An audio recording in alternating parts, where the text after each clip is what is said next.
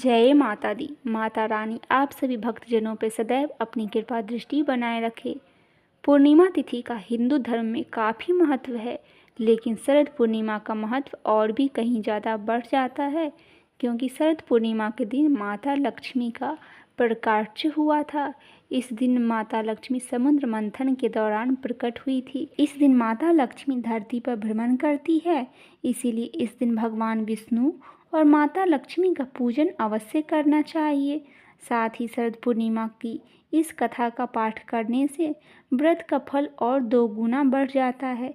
आइए शरद पूर्णिमा की पौराणिक कथा सुनते हैं। द्वापर युग में एक समय की बात है कि यशोदा जी ने कृष्ण से कहा, हे कृष्ण, तुम सारे संसार के उत्पन्न करता, पोषण तथा उसके संहार करता हो। आज कोई ऐसा व्रत मुझसे कहो जिसके करने से मृत्यु लोक में स्त्रियों को विधवा होने का भय ना रहे तथा यह व्रत सभी मनुष्यों को मनोकामना पूर्ण करने वाला हो। श्री कृष्ण कहने लगे, हे माता, तुमने अति सुंदर प्रश्न किया है। मैं तुमसे ऐसे ही एक व्रत का सविस्तार कहता हूँ। सौभाग्य की प्राप्ति के लिए स्त्रियों को द्वात्रिस्थ अर्थात 32 पूर्णिमाओं का व्रत करना चाहिए। इस व्रत को करने से स्त्रियों को सौभाग्य संपत्ति मिलती है। यह व्रत अचल सौभाग्य देने वाला और भगवान शंकर के प्रति मनुष्य मात्र की भक्ति को बढ़ाने वाला है। यशोदा जी कहने लगी, हे कृष्ण, सर्वप्रथम इस व्रत को मृत्यु लोक में किसने किया था?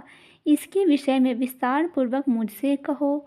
श्री कृष्ण जी कहने लगे कि इस भूमंडल पर एक अत्यंत प्रसिद्ध राजा चंद्रहास से पालित अनेक प्रकार के रत्नों से परिपूर्ण कातिका नाम की एक नगरी थी। वहाँ धनेश्वर नाम का एक ब्राह्मण रहता था। उसकी स्त्री अति सुशील रूपवती थी। दोनों ही उस नगरी में बड़े प्रेम के साथ रहते थे। घर में धन्य धान आदि की कोई कमी नहीं थी। उनको एक बड़ा दुख था, उनकी कोई संतान नहीं थी, जिस वजह से वह बहुत दुखी रहते थे। एक दिन एक बड़ा तपस्वी योगी उस नगर में आया। वह योगी बाकी सभी घरों में भिक्षा मांगकर भोजन किया करता था, लेकिन उस ब्राह्मण के घर से भिक्षा नहीं मांगा करता था। एक दिन योगी गंगा किनारे भिक्षा मांगकर प्रेम पूर्वक खा रहे थे कि धनेश्वर ने योगी को यह सब करते देख लिया। सब कार्य किसी प्रकार से देख लिया और अपनी भिक्षा अनादर से दुखी होकर धनेश्वर योगी से बोला, और सभी घरों से आप भिक्षा लेते हो, परंतु मेरे घर की भिक्षा कभी क्यों नहीं लेते हो? इसका क्या कारण है? योगी कहने लगे कि आपका धर्म हमें इस बात की आज्ञा नहीं देता है, क्योंकि आप गृहस्थ जीवन में एक सुख से वंचित है।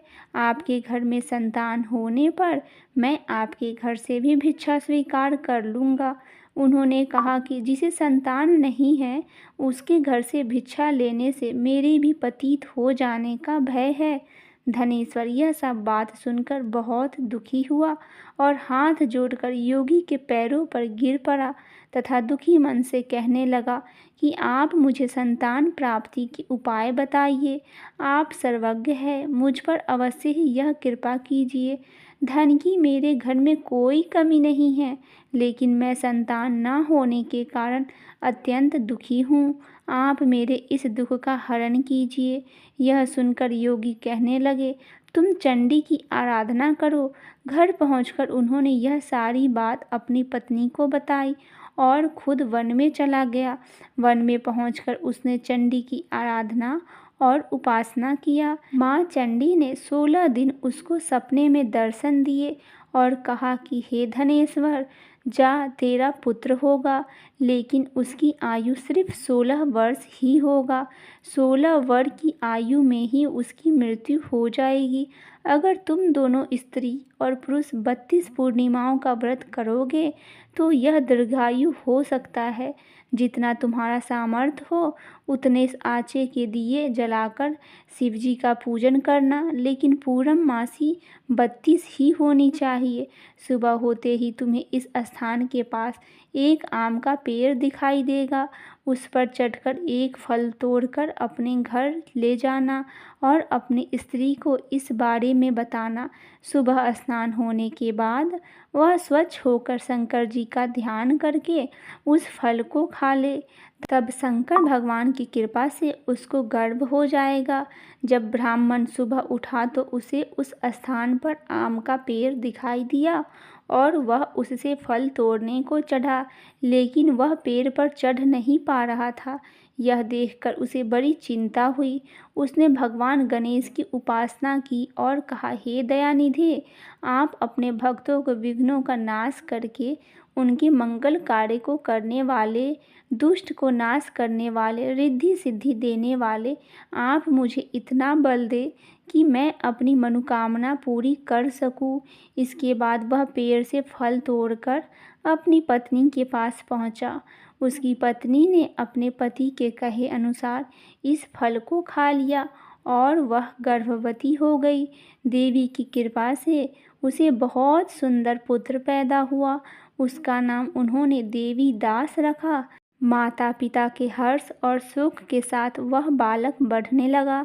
भगवान की कृपा से बालक बहुत सुंदर था, सुशील और पढ़ाई लिखाई में भी बहुत ही निपुण था।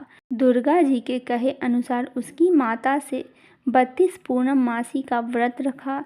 जैसे ही 16वां वर्ग लगा तो पति पत्नी दोनों बहुत दुखी हुए, कहीं उनके पुत्र की मृत्यु न हो जाए। उन्होंने सोचा कि अगर उनके सामने यह सब हुआ तो वह कैसे देख पाएंगे। तभी उन्होंने देवीदास के मामा को बुलवाया और 1 वर्ष के लिए देवीदास को काशी में पढ़ने के लिए भेज दिया। 1 वर्ष बाद उसे वापस लेकर आ जाना, उन्होंने ऐसा कहा। देवीदास अपने मामा के साथ एक घोड़े पर सवार होकर चल दिए। उसके मामा को भी यह बात पता नहीं था कि दोनों पति पत्नी से 32 पूर्णमासी का व्रत पूरा किया है। दूसरी तरफ मामा और भांजा दोनों रात गुजारने के लिए रास्ते में एक गांव में रुके। उस दिन उस गांव में ब्राह्मण की कन्या का विवाह होने वाला था। जिस धर्मशाली में वर और बारात के बाकी लोग रुके हुए थे, उसी धर्मशाला में देवीदास और उसका मामा ठहर गया। उधर कन्या को तेल आदि चढ़ने के बाद जब लगन का समय आया तो वर का तबीयत खराब हो गया। वर के पिता ने अपने परिवार वालों से विचार विमर्श करके कहा कि यह देवीदास मेरे पुत्र जैसा ही है, मैं इसके साथ लगन करा दूं और बाद में बाकी सारे काम मेरे बेटे के साथ पूरे हो जाएंगे। ऐसे कहने के बाद वर के पिता देवीदास को मांगने के लिए उसके मामा के पास गए और उन्हें सारी बात बताई। मामा ने कहा कि कन्या दान में जो कुछ भी मिलेगा वो हमें दे दिया जाए। वर के पिता ने बात स्वीकार कर ली। इसके बाद देवीदास का विवाह कन्या के साथ संपन्न हो गया। इसके बाद वह अपनी पत्नी के साथ भोजन न कर सका और मन ही मन विचार करने लगा कि न जाने यह किसकी पत्नी होगी। यह सोचकर उसकी आंखों में आंसू आ गए। तब वधू ने पूछा कि क्या बात है, आप उदास क्यों हैं? तब उसने सारी बातें पत्नी को बता दी। तब कन्या कहने लगी, यह ब्रह्म विवाद के विपरीत है। आप ही मेरे पति हैं, मैं आपकी ही पत्नी रहूंगी, किसी अन्य के साथ कभी नहीं रहूंगी। तब देवीदास ने ऐसा मत करो, क्योंकि मेरी आयु बहुत कम है, मेरे बाद आपका क्या होगा। लेकिन उसकी पत्नी नहीं मानी और बोली, स्वामी आप भोजन कीजिए। दोनों रात में सोने के लिए चले गए। सुबह देवीदास ने पत्नी को 4 नगों से जड़ी एक अंगूठी दी और एक रुमाल दिया और बोला कि हे प्रिय, इसे लो और संकेत समझकर स्थिर चित हो जाओ।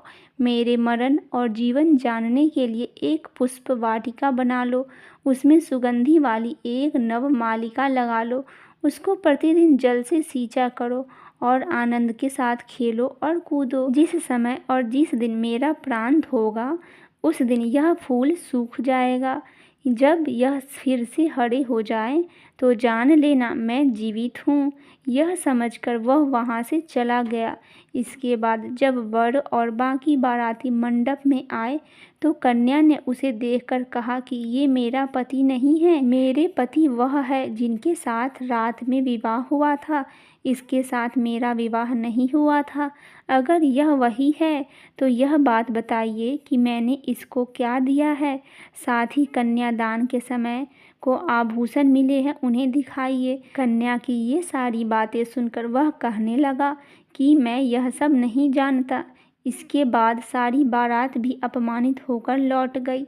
भगवान कृष्ण बोले, हे माता, इस प्रकार देवी दास काशी चला गया और कुछ समय जब बीत गया तो एक सर्प उसको डसने के लिए वहाँ आया, लेकिन वह उसको काट नहीं पाया क्योंकि उसकी माता ने पहले ही 32 पूर्णिमा का व्रत किए थे। इसके बाद खुद काल वहाँ पहुँचा। भगवान की कृपा से तभी वह माता पार्वती और भगवान गणेश जी आ गए। देवी दास को मूर्छित दशा में देखकर माता पार्वती ने भगवान शिव से प्रार्थना की कि हे महाराज, इस बालक की माता ने 32 पूर्णिमा का व्रत किए हैं, आप इसका प्राण कैसे ले सकते हैं। भगवान शिव ने माता पार्वती के कहने पर उसे प्राण वापस दान में दे दिए। उधर उसकी पत्नी उसकी काल की प्रतीक्षा कर रही थी।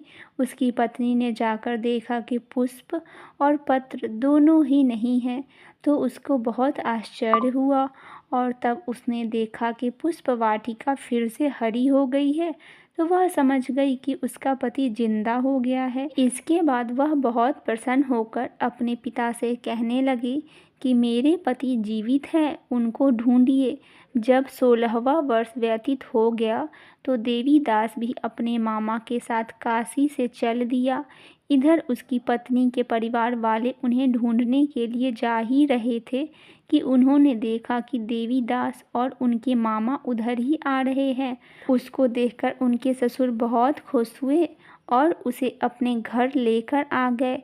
कन्या ने उसे पहचान लिया और देवी दास उसके बाद उसकी पत्नी और मामा को लेकर वहाँ से चल दिया, जिसके ससुर ने भी उसे बहुत धन दहेज में दिए। जब वह अपने घर की तरफ जा रहे थे तो उसके माता पिता को लोगों ने खबर दी कि तुम्हारा पुत्र देवी दास अपनी पत्नी और मामा के साथ आ रहे हैं। ऐसा समाचार सुनकर पहले तो उन्हें विश्वास नहीं हुआ, लेकिन जब देवी दास आया और उसने अपने माता पिता के पैर छुए तो देवी दास के माता पिता ने उनका माथा चूमा और दोनों को अपने सीने से लगा लिया। दोनों के आने की खुशी से धनेश्वर ने बहुत दान दक्षिणा ब्राह्मण को दी।